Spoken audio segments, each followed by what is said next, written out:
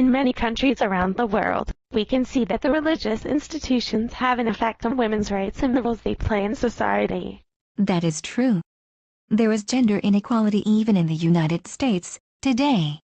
Women's reproductive rights are still disputed and protested against by many religious organizations. We may notice that there are particular occupations that are still thought of as the work of a particular gender.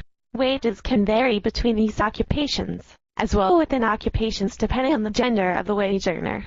We also can see that there are still gender hierarchies within families that may result in unequal power distribution. Because of these forms of gender inequality that exist, we can see that there are many factors that contribute to this, but religion can be considered as one of those factors.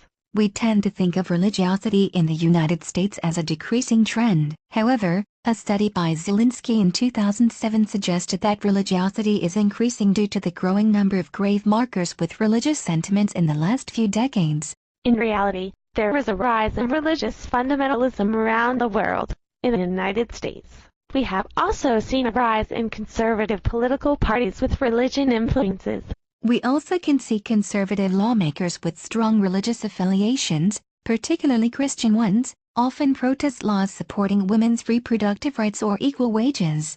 We have heard politicians say things like, the body has mechanisms to prevent pregnancy in some situations, which suggests that the choice of abortion is not a right. This often comes from a poor understanding of biology, which is especially highlighted by the lack of science within the Bible.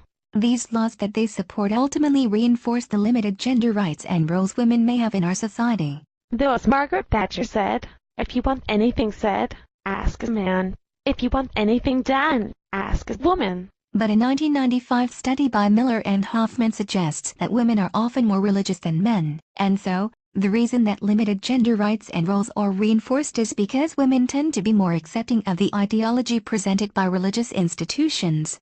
Because of their greater preference for religion, women don't fight for their rights. This, in the end, leaves them at a disadvantage.